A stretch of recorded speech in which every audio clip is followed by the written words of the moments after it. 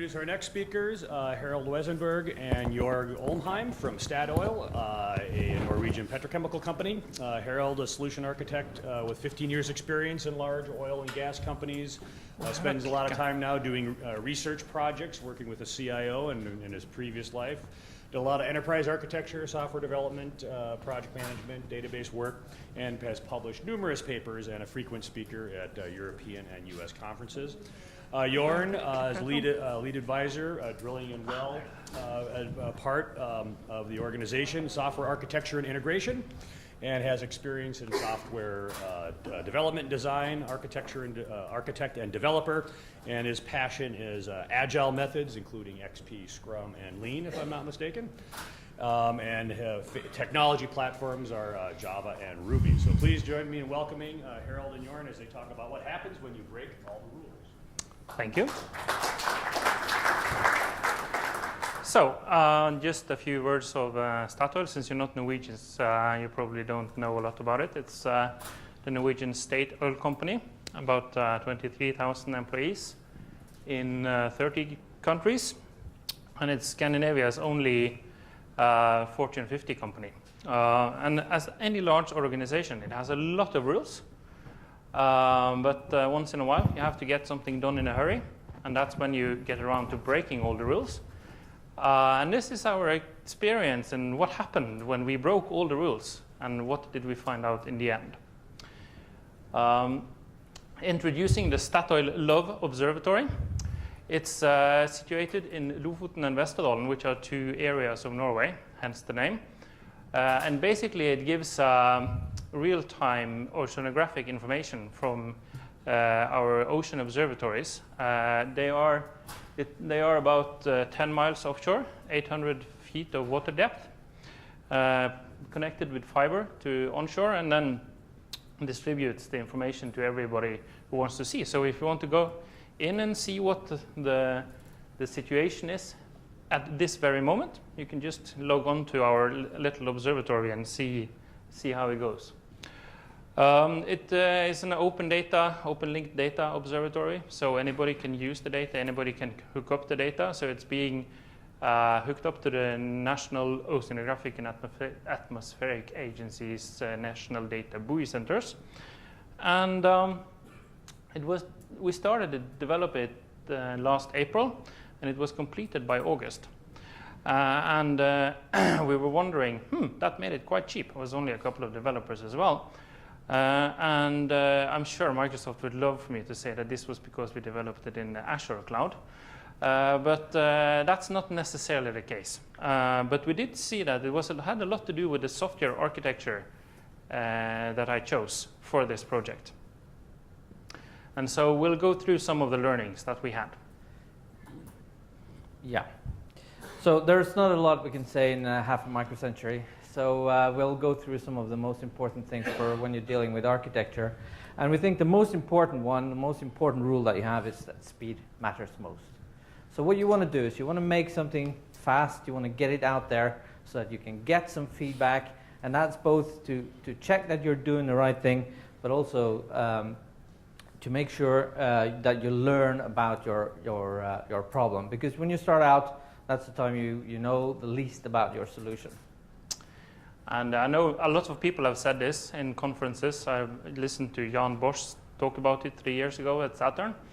But we actually saw this in this particular domain because we had two competing projects.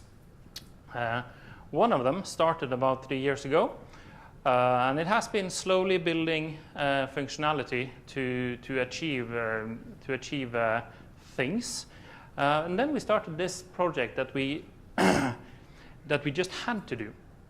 And even though we started later, 2 years later, with much less base functionality, it has now surpassed the original project in terms of functionality. And we're starting to move into our little Love Observatory and see that we use that as our main testing grounds for new observation techniques and analytical capabilities instead of the larger systems that we were trying to build. And when we were looking at what gives this speed, we found that a lot of it comes down to the software architecture that we chose. Yeah, and one of the things that we have found is that rules cost. They are there to ensure quality, to ensure that we adhere to the right laws. Statoil is a global company, which means that we have a lot of laws to follow. Reduce risks and reduce costs.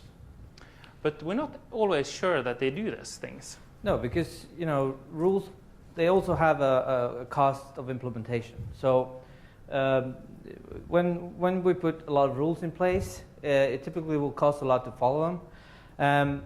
And it may not be the case that every rule is applicable to every situation. So for instance, rules that apply in Stavanger might not be relevant for Houston or Jakarta or wherever else we might be. And if you want to see how we actually manage this in an architecture setting, we did a paper on, or a story on this in Making Architecture Matter in IEEE software back in June 2012. So you can go and look it up. One of the things that we have learned is that rules, Statoil rules, are not the same as laws. So there are a lot of laws that we have to follow, but there are many, many more Statoil rules that we're supposed to follow. One example of such thing is the Sarbanes-Oxley Act, which regulates how we do stuff with the financial systems. And then there is the Statoil implementation of SOX, which is applicable to all IT systems in Statoil as in general. Yeah, so actually in Statoil, the rules that apply to the financial software actually applies to every software system. So they make us go through all those rigorous rules, even if we deal with non-financial data or things that really doesn't have to have those regulations. And one of the things that I recognized, or we recognized quite early, was that this didn't really apply to our little love observatory because it had no financial data. It is a research piece of software. So why did we have to follow the SOX rules and all the other rules to make sure that we were financially compliant when counting cod? Who cares? So basically, tailor your process to your needs. Make sure you have as little process as possible.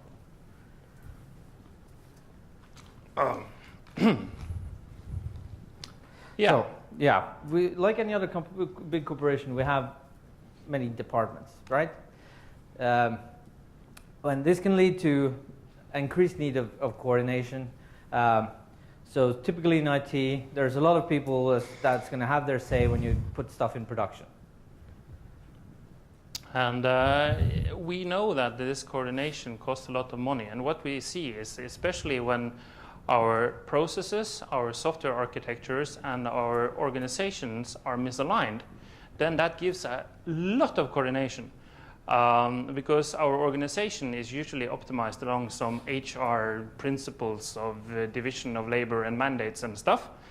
And at the same time, some brilliant sourcing manager might introduce a company into the a sourcing partner into the company, which will handle, I don't know, specific piece of software operations or hardware operations, and that complicates the picture even more, because then you have actually cemented your operational practices with legal contracts for 5 to 8 years into the future. That does not become very agile. And so if you take a look at, for instance, the deployment process in Statoil, this is the authorize and deploy service process, which looks fairly simple. There are a number of activities that is mainly being performed by one role. Then there is an approval role and a deployment role. This is SOX at its very best. But yeah, in reality, actually, this view is complicated by the fact that for each of these, there could be maybe 8 to 10 people involved. And that gives us a lot of coordination. And what we've found is that as the amount of actors go up, the coordination increases proportionally to approximately the square of the number of actors. That, of course, also means that the progress is inversely proportional to the square of the number of actors. And as the progress decreases, the cost goes right through the roof. And if we look at this from a software architecture perspective, There's nothing like sweaty hands and sticky papers. This is our basic Azure architecture. There are a lot of details here that we don't really have time or the inclination to cover, but for the purpose of explaining why coordination or why software architecture drives coordination, these are the three main components of Azure that we're using in our little observatory. And on top of that, we have built the small pieces of custom code that uses the platforms. So there are platform teams from Microsoft or wherever they source their talent from. And then there is our little development team. And what we see is that the responsibilities between the platform team and the development platform teams and the development team aligns about perfectly with the vision between the custom code and the platform. And so that means that whenever we want to do something, there is only the development team that actually has to do something, and the actors are, there is only one actor involved if you want to deploy. If you look this up, it's called the hourglass model. When I first learned about it, they called it the IFAP model. Somebody probably looked that up at an Urban Dictionary and found out it was not a very good abbreviation. It was for identifiers, formatting, and protocols. But it's now called the hourglass model, where you keep the interface between two actors as narrow as possible and well-defined. The same principles that applies to containerized shipping, and we'll also recognize it in the HTTP protocol. So, if we look at this in a typical organization, I'm not saying Statoil, but you will find that sometimes you will find that the organizational mandates are misaligned, so that the responsibilities between the development team and the platform team shifts into the custom code, and that. Yeah, this actually the situation that occurs here is that the platform teams start taking over control of stuff they're not actually equipped or capable of handling. Right? This is code that they haven't written, they don't know anything about, so it's highly inefficient. It leads to extra QA because you have to go in and check that they actually did what they were supposed to do. And it also increases the amount of coordination because given a typical organizational model, you will find that you have three different organizational groups that are responsible for the different technology platforms. And then, of course, there is the development team, which brings the total number of actors up to 4. So instead of having one development team that needs to coordinate with itself every time they need to deploy, we see that we now have 4 actors. And that increases the speed, decreases the speed, so that instead of using 2 hours to deploy, we might use 4 weeks. So now we come to one of our pet peeves, and this is large organizations and skill. So typically in large organizations, we have a number of people in a very different skill level. And I mean, it's hard to say, but hard to say why this is the case, but for some reason it seems to attract or at least retain mediocrity. Now we're saying this with, of course, the knowledge that we also work in a large organization, so bear that in mind.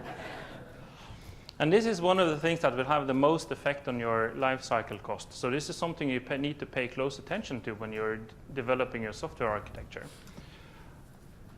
So how do we evaluate this? Yeah, so this is the Dreyfus model of skills acquisition. This is actually something that's been developed in nursing profession, of all things, but it's very useful to evaluate the knowledge of your team. So there is 5 levels, from novice to expert, and you move up here as you gain expertise in an area. Typically, research shows that it takes about 10,000 hours of deliberate practice to become an expert within an area. This is research stuff you can look up, and it's very sort of fluffy numbers, of course, for me now, but you tend to move up here with practice and with increased level of knowledge, and also something else happens to you then.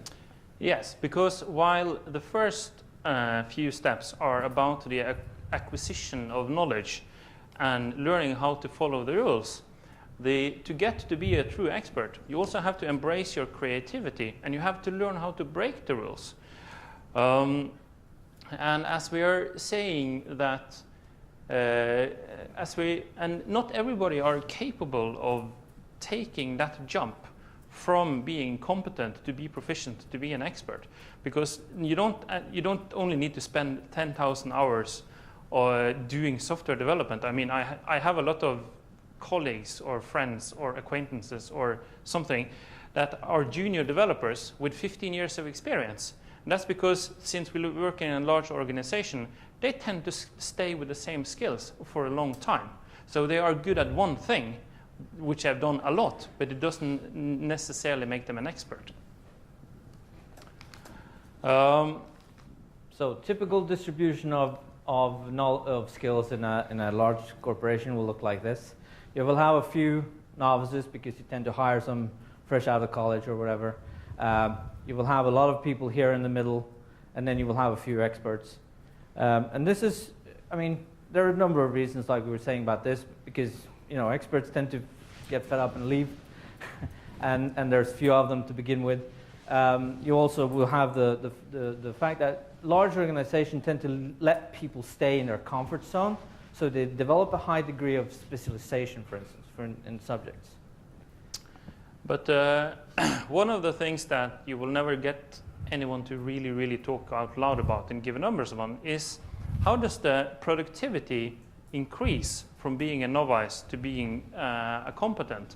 And this is where we don't really have any scientific research to show, but we have pretty good heuristics. And we've found that as you move from novice to competent, your productivity increases about tenfold. So that means that if you have access to a pool of competent developers, they will be about 10 times as productive as a pool of beginners. And then we found again that the productivity increases another tenfold as you move on to be an expert. And so that means that if you have an expert, he will be about 100 times as more productive as a novice. Not quite, but close enough. And this is not reflected in your hourly costs, because at least in Norway, the hourly cost of an expert is only maybe twice that of a novice. This has to do with the underlying social structures and God knows what, but it's still there. So, and so that means that if I get to play with my experts, then they will be much more productive than the competence that we have a lot of. And of course, the other thing is that if you don't have people with the right skills, they won't be as productive. So that in addition to having 3 different groups of people managing the platform services, you will probably also need 3 different teams to handle the development and the custom code, because you don't have access to people that are multi-skilled, that can do both database development and application development and web server development.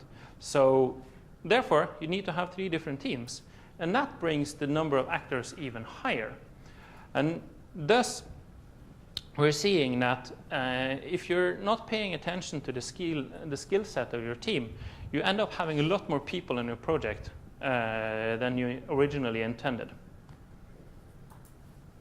So, what are the key takeaways that we are hoping that you will take away from our presentation?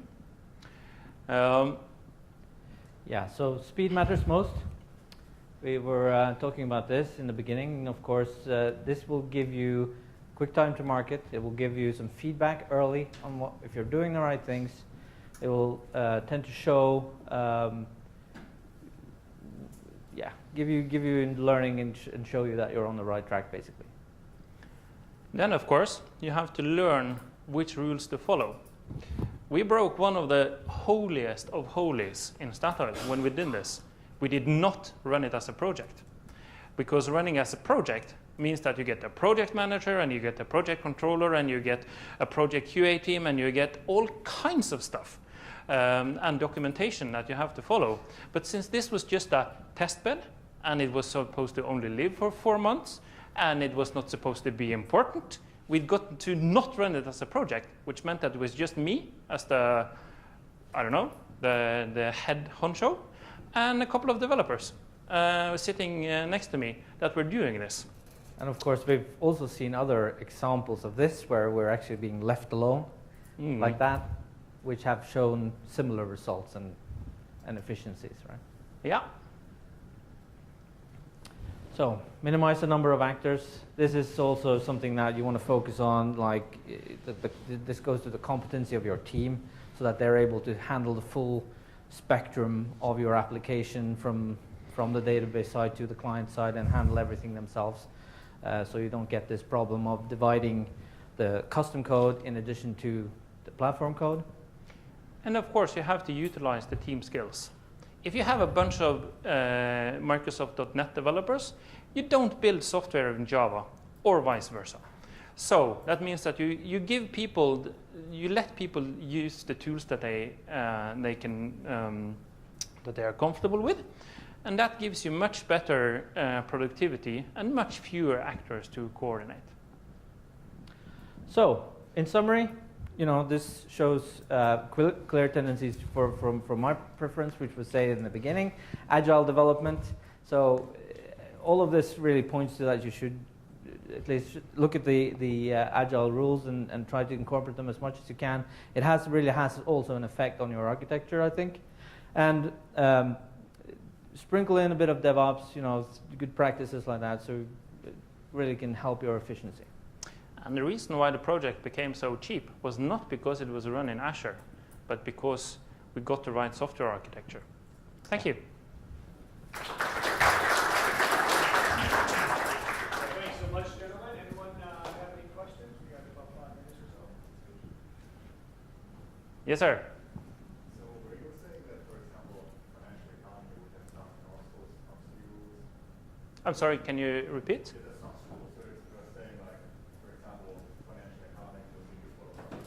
Yes. How do you think you could apply this for those projects where you have more rules? When it comes to the SOX rules, there is a difference between what the SOX laws actually say and the way that's implemented in large corporations. And if you work in a company which wants to be best in class, and where bureaucrats get prizes from bureaucrats for good bureaucracy, then you get a lot of bureaucracy. And thus, we also for our financial reporting applications, the only thing that SOX says is that the same developer that developed the code cannot put it into production. The way that Statoil interpreted it was that, okay, so some vice president has to sign off on the production plan. That's not what SOX says. So basically what we're saying is that we do a peer review instead. And we're still SOX compliant, but it's a much leaner process which does not include a lot of coordination. Yeah, and also I would say that moving away from those, big siloed systems that sort of that makes everything fall into that rule will help you sort of break away pieces and get them outside of the scope of the rules, right? Any other questions? Yeah, Oh. what you were describing here sounds to me like you mentioned you were working on something as an example with 2 programmers. And it was small enough and presumably viewed as something which could be done in a short enough time frame. Probably didn't have as many eyes directly on it probably. Yeah. And so therefore people's willingness to give you the latitude was greater. Yep. And I think you're also saying get really good people, there's a lot more productivity per dollar, have small teams to keep communication costs down. That all makes sense. And the question I have then is, how long do you think this thing scales up in the sense of where would you say the size starts to become an issue in terms of the number of people or the number of months, where all of a sudden this approach might not work as well? That's a good question. I'm a big fan of the 2 pizza rule. So don't have team sizes bigger than what you can feed with 2 pizzas, which makes me and Jørn the perfect team. When it comes to project or how long, we're starting to introduce something called product lifecycle teams, which are basically formed. It's basically a DevOps as implemented in Statoil, where we basically try to form the team. If we know this is something that's going to live forever, we form the team early and keep the team small and stable, and we have DevOps teams that have been running around in Statoil for 18 years under the same principles. And building software that costs $30–40 million. So it's more of a company culture thing than actual team size and stuff. Yeah, but I would say that DevOps can give you a lot there, because it allows you to say that, oh, this will live forever. The Love Observatory will live for 10 years, so I expect the software to live about that long as well. But yeah, so I mean, all comments about being greenfield and small and everything is fair, but it's also possible, I think, to get part of the way, or maybe most of the way, we're not sure yet, by starting to look at micro service architectures and stuff like that, and breaking stuff down into manageable pieces. So sort of how do you eat an elephant, piece at a time, kind of thing. So, yeah. Okay, I think we have to. Well, we have time for maybe one more question. Okay. Yeah, so you said speed matters. This resonates with me very much, and you have some ways to do it. Do you think the technologies that you use can give you like 10-fold difference in speed? Yes, because the technologies that we applied in this particular project, they allows for a lot of there is test-driven development and automated testing and integration and all of these things. And that makes the, as compared to other systems that we have in Statoil, which I won't mention, but that gives me the creeps.